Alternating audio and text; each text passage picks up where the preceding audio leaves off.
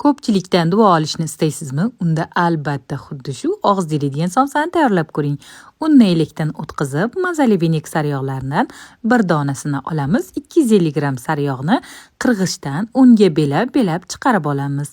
Endi bo'lsa yaxshilab uqalab, ichiga qaymoq yoki smetana, bir dona tuxum, tuz, razrixitelni solib, o'rta yumshoqlikda xamir qorib olishimiz kerak bo'ladi. Yumshoqqina somsani nachinkasini yanayam mazali qilish uchun eng sifatli pishloqdan foydalanamiz. Bu pishloq juda ham mazali bo'lib, nonushtaga, somsa, salatlarga bemalol ishlatsangiz bo'ladi.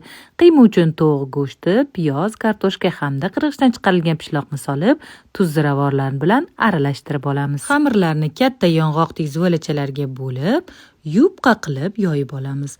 Videoda ko'rsatilgandek qilib, lolani g'unchasi shaklida tugib olishimiz kerak bo'ladi. Xamir juda ham yupqa yoyilgani uchun og'izda eriydigan mazali bo'lib chiqadi. Lola g'unchasidek chiroyli bo'lgan bu somsalarni tugib olgach, ustiga tuxum suramiz va kunjutga yaxshilab aylantirib botirib chiqamiz. Qizib turgan duxovkada tillarang bo'lgunicha pishirib olamiz. Juda ham yumshoq, xushbo'y, mazasi og'zingizda qoladigan somsa tayyor. Yeganda og'izda eriydigan, yosh-u qariga birdek yoqadigan bu mazali somsani albatta tayyorlab ko'ring. Yeganlar sizni duo qilishadi.